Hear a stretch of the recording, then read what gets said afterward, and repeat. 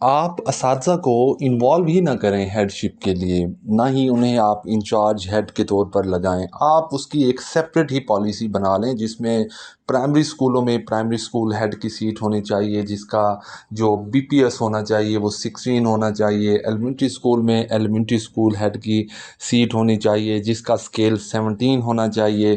تھوڑا اس سے سپیریورٹی آئے گی. وہاں موجود جتنے بھی ٹیچرز ہوں گے سب آرڈینیٹس، ان میں سپیریئر اتھارٹی ہو جائے گی اور ایڈمنسٹریٹو پوسٹ پہ یہ ہونا چاہیے.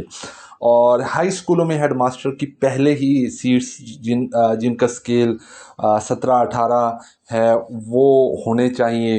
اور ہائر سیکنڈری اسکول میں سینئر ہیڈ ماسٹر اور جو پرنسپلز کی سیٹیں ہیں وہاں پہ 19-20 اور 21 اسکیل ہونا چاہیے. اچھا ایسا کریں کہ ان کی جو پروموشن ہے وہ بھی ہیڈز کے طور پر ہو، ٹیچرز اس میں انوالو ہی نہ ہوں، نہ ہی ایس ایس، کیونکہ ایس ایس کی ایجوکیشن ڈپارٹمنٹ میں ہمارے ایجوکیشن ڈپارٹمنٹ میں شدید قسم کی کمی پائی جاتی ہے. اور جب وہ ہیڈز کی طرف چلے جاتے ہیں، ہیڈ شپ کی طرف چلے جاتے ہیں تو اور زیادہ جو ہے وہ اساتذہ کی سبجیکٹ اسپیشلسٹ کی کمی پڑ جاتی ہے اسکول ایجوکیشن ڈپارٹمنٹ میں. تو ہونا یہ چاہیے کہ پرائمری جو اسکول کا ہیڈ ہے اسے پروموٹ ہو کہ ایلیمنٹری اسکول کا ہیڈ بن جائے، وہ ایلیمنٹری اسکول کا ہیڈ ہائی اسکول کا ہیڈ بن جائے، اور اسی طرح سے ہائی اسکول کا جو ہے وہ ہائر سیکنڈری اسکول کا ہیڈ بن جائے. ان ساری پوسٹوں پہ پرائمری سے لے کر ہائر سیکنڈری کے ہیڈز کی بھرتی چاہے آپ پی پی ایس سی کے تھرو کریں یا پھر 16 اسکیل کی جو ہے وہ این ٹی ایس کے ذریعے کریں،